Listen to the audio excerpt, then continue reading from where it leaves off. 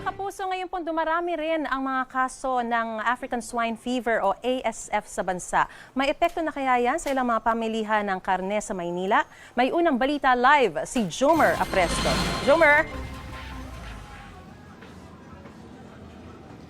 Maris, good morning. Nandito ako sa Trabaho Market sa Sampaloc, Maynila. Sabi ng ilang tindero ng karne dito, bumaba na ng 10 piso ang kada kilo ng baboy dito. Pero hindi pa tiyak kung epekto ba yan ng African Swine Fever o ASF, sabi ng ilang nagtitinda.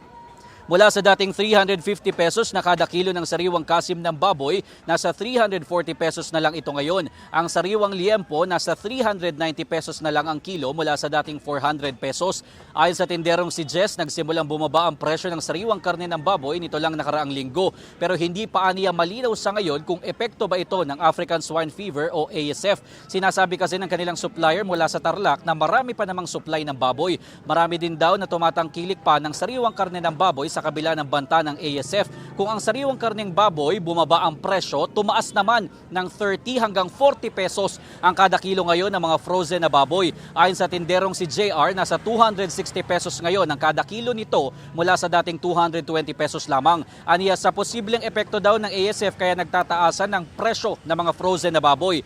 Si Aling Mirna naman na may-ari ng isang karinderya, maagang namili ng kilo-kilong frozen na baboy. Mas mura pa rin kasi ito kumpara sa sariwang karne na halos 100 pesos ang diferensya kumpara sa frozen. Samantala, matatandaan na una nang isinailalim sa state of calamity ang Lobo, Batangas dahil sa banta ng ASF. Ang Department of Agriculture o DA maglalatag na ng checkpoints upang hindi makalabas ang mga infected na baboy. Magsasagawa rin daw sila ng mass testing at lahat ng baboy na magnegatibo sa pagsusuri ilalabas sa Batangas. Narito ang pahayag ng ilang nagtitinda at mamimili ng baboy.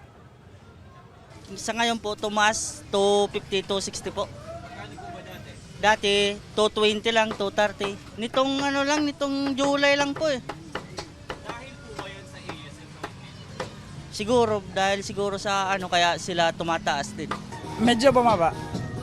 Magmula kailan po? 1 week ago. Hindi pa naman siguro kasi marami pa naman daw supply. Tsaka wala pa naman dito sa Metro Manila, mga probinsya pa lang daw. So wala naman kayo nakikita epekto mami sa ASF? Wala naman po, sa ngayon.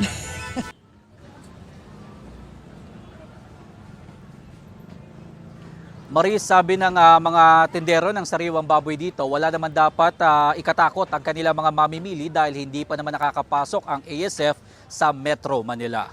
At yan ang unang balita mula dito sa Maynila. Ako po si Jomer Apresto para sa GMA Integrated News.